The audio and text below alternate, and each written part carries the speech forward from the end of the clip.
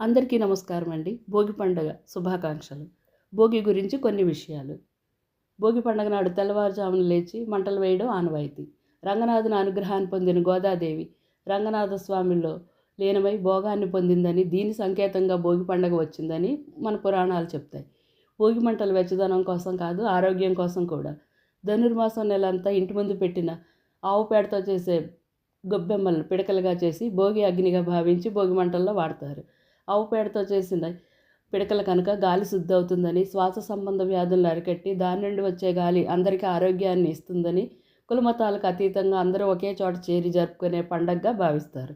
ప్రజలు తమ జీవితంలోని పాత ప్రతికూల విషయాల్ని భోగి మంటల్లోనే దహనం అవ్వాలని భావిస్తారు.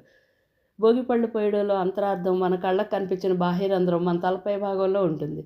ఈ భోగి పండ్లు పోసినప్పుడు ఈ బ్రహ్మరంధ్రం ప్రేరేపితం చేసి పిల్లలకు జ్ఞానాన్ని ప్రసాదిస్తుంది. ఈ రేగి పండ్లను